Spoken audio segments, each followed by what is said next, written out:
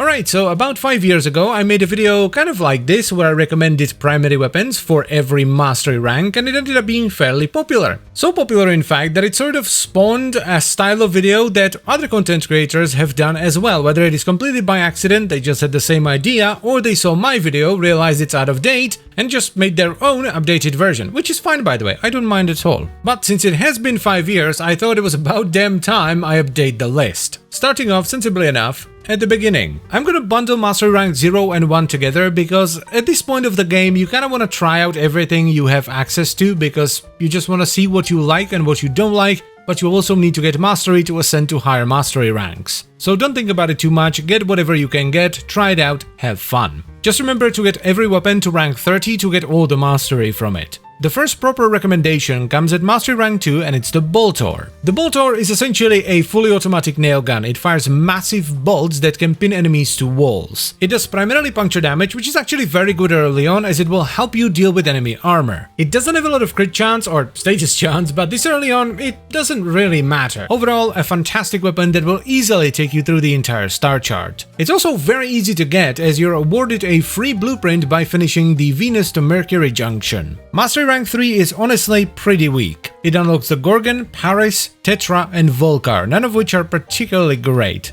Not this early on anyway. So you can pick whatever you want, you're not gonna find anything game breaking here. If I had to recommend something, it would probably be the Tetra, which you can pick up from the market. This is kind of like the Corpus version of the Boltor, but it's not quite as good. It's a decent amount of fun though. Mastery Rank 4 is where it starts to get interesting. Firstly, I would absolutely recommend Heck. This is a Grenier shotgun that's available from the market and it does a ton of upfront damage. It actually has decent status as well, but you're not gonna have access to a lot of status scaling early on, so big damage it is. The second weapon I would recommend here is actually the Torrid. Torrid is a bit of a weird one and you do need to be in a clan as the blueprint is only acquirable from the biolab in the dojo. The Torrid starts off somewhat mediocre, it fires a projectile that creates a damaging cloud wherever it lands, but it becomes one of the best weapons in the game later on once you're able to do Steel Path Circuit to get the Incarnon upgrade for it. So you can absolutely skip it until later on, but I thought I would mention it anyway. Which leads us to Mastery Rank 5, and Mastery Rank 5 is really spicy, it has a lot of cool guns. But the ones I would recommend the most are either the Ignis or the Tonkor. Ignis is one of the best farming weapons in the game. It's a Grenier flamethrower that does pure heat damage, but just like the Torrid, you need to be in a clan to get it, as it's only available from the Chem Lab.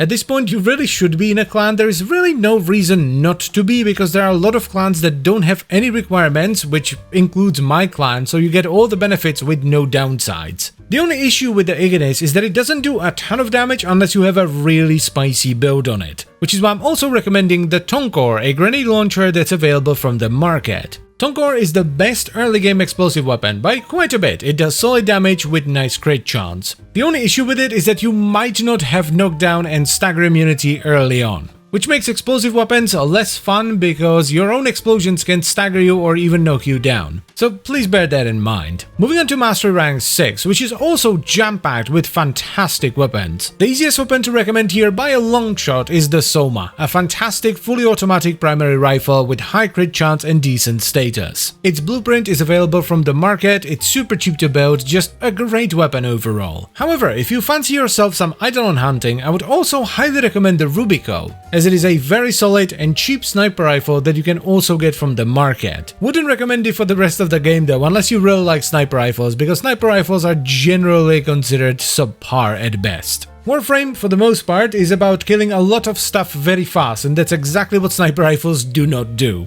Mastery Rank 7 is where we see our first primed recommendation, so head over to Varzia in Maru's Bazaar on Mars and check whether she has relics for Soma Prime, as it's the first weapon I would recommend here. The reason you have to go to Varzia is because all the relics for Soma Prime are vaulted, so the only time they're available is when they rotate into Varzia's shop, where you can buy them with Aya. Soma Prime is excellent for the same reason the standard Soma is excellent. It's a fast-firing, fully automatic rifle with huge crit and solid status. Slap on a Hunter Munitions Viro Hybrid on this puppy and you have a weapon for the rest of the game. Plus, just like the Torrid, the Soma also has an Incarnon Genesis upgrade, so you can make it much stronger later on. If Soma Prime is not available, however, I would recommend you instead go for the Baza, which is fairly similar to the Soma stat-wise, but it's an SMG with much shorter range. This one is available from the Tenet Lab in a clan dojo and it's completely silent. And finally, I simply can't not recommend the Tsar, which is a cannon with somewhat mediocre stats and 2 different fire modes. You can either fire explosive cannonballs or grape shot. This one isn't necessarily very strong, it's decent, but it's just a lot of fun. So if you want to have some fun, you can pick up the blueprint for this in the market. Moving on to Mastery Rank 8, this is where we start to get into some of the big boy stuff. First up, we have the Seto, an absolutely monstrous shotgun. To get this, you need to reach rank 5 with the Entrati Syndicate, after which the father will sell you the blueprint as well as all the parts. This weapon is absolutely cracked. It has its own condition overload effect, so it does more damage based on the number of status effects you have on the enemy you're fighting. And to go with that, it has a secondary fire that fires a bouncing glaive that procs a ton of status on everything it hits. This, in my eyes, is one of the weapons you absolutely need to get your hands on. But it's not the only one I would recommend at Mastery Rank 8, because Mastery Rank 8 is also when you can get the Exceltra. We recently got the primed version of this, and everyone, including myself, is loving it. Now, the regular Exceltra is not quite as good as the Prime, obviously, but it's still a really solid weapon with an explosive component. It fires fast-flying micro-rockets that arm after traveling for 7 meters and explode on impact. It's a good weapon with good damage and good AoE. One problem with the Exceltra though is that the only place to get it is in the Dark Sector Disruption on Uranus, where there's a 1.5% chance to drop from Demolisher Infested. Those are the big beeping guys that run in to destroy your terminals. So it could take you a while to get it. The average is about 80 kills. And finally, I don't know if I would necessarily recommend these, so they're more of an honorable mention than anything else, and that would be the Exergis and the Lens. The Exergis is a pretty fun shotgun that has a very cool design, but unfortunately it's mostly about upfront damage. It doesn't have a lot of crit chance, and the status chance, while high, isn't utilized very well because it doesn't fire a lot of pellets. But on the other hand, it's pretty easy to get. You just get the blueprint from the market and it's not terribly expensive. And as far as the Lens goes, it's very fun as well. It's like the first proper big boy bow you get. It fires an arrow that expands into a chilling bubble that after a few seconds implodes and does a ton of blast damage. This can do a lot of damage and is fun to use, but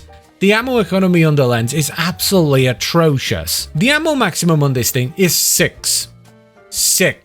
And on top of that, the ammo pickup is 1, so every time you pick up ammo, you get 1 arrow. It's just not great, but if you don't mind, the blueprint is available from the Energy Lab in a clan dojo. Next on the menu, we have Mastery Rank 9, where we started off with the Ignis Wraith, an upgraded version of the Ignis, which I recommended at Mastery Rank 5. This one is actually available in multiple different ways. You can get it in Grenier Vale Proxima in the hidden derelict caches. It might be available from a clan chem lab, though I'm not entirely sure if they finally gave it to all clans, because previously the research for this was a reward from a clan event. And it's sometimes available via the Barocketeer Void Trader. This is just a straight up upgrade over the standard Ignis, so if you can get your hands on this, you absolutely want to do so. And the second weapon I would recommend here is actually the Phantasma, which is a beam-based shotgun that's available from the market, and it might very well be the first weapon that will allow you to do a proper electricity build. Electricity builds are somewhat rare, which also makes them very cool. It's essentially a damage over time setup, a kind of like heat or toxin or even slash based build, but it has a nice AoE component since electricity chains around. It's very cool, I'd highly recommend you try it out. Moving on to Mastery Rank 10, which is where these recommendations kind of stop making sense because most of the weapons you can get from now on are pretty good. But if I were to recommend something, it would be the Baza Prime, for which you once again have to head over to Varzia and check whether she sells the relics for Baza Prime, because normally the weapon is vaulted. And the Prime, as you would expect, is just an upgraded version of the standard Baza, which I had already recommended in Mastery Rank 7, so it was a kind of a no-brainer to also recommend the Prime later on. Now, there is one more weapon that I would absolutely recommend at this rank, and that's the Amprex. You can get the blueprint for this from the Energy Lab in your dojo, and it's a chain lightning gun that, surprisingly enough, does pure electricity with huge crit and very solid status. I've been using this weapon for like, what,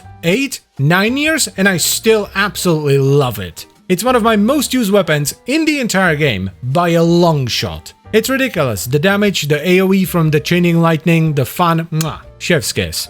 Mastery Rank 11 is fairly empty, but there is still a weapon that I would recommend, a little underrated gem called the Synapse. The Synapse can be acquired from the Biolab in your dojo, and it's basically a single target Amprex that instead of electricity does corrosive. Now, while this weapon is fairly niche, because it has a limited range, no AoE, its single target damage is absolutely gross, one of the most underrated single target focus weapons in the game. So if you need some big single target deeps, try the Synapse. Mastery rank 12 is where you unlock all the Syndicate weapons, as well as a bunch of other stuff. I thought about this rank a lot because it's jam-packed with a lot of good stuff, but my favorite one of the bunch is gonna have to be the Fulmin Prime. Fun, interesting weapon that does solid damage and has two different fire modes, a rifle mode and a shotgun mode. On top of that, it comes with a battery magazine, so you never have to worry about ammo, so yeah. Fulmin all the way. This one, unlike any other primed weapon that I've recommended up until now, is currently not vaulted, so if you're watching this video at around the time of its release, you can actually go and farm the relics for it. Do check the wiki if you're watching the video later down the line though. Then, if once again you're a fan of Eidolon hunts, I would very much recommend getting the Rubico Prime, which is still, to this day, my Eidolon hunting weapon of choice. This one is once again vaulted, so you're gonna have to keep an eye out on Varzia's shop. I love the Rubico Prime for Eidolon hunting because you can very easily, with just a bit of a Warframe buff, one-shot the Eidolon Synovia without a Riven, so it makes Eidolon hunts very chill.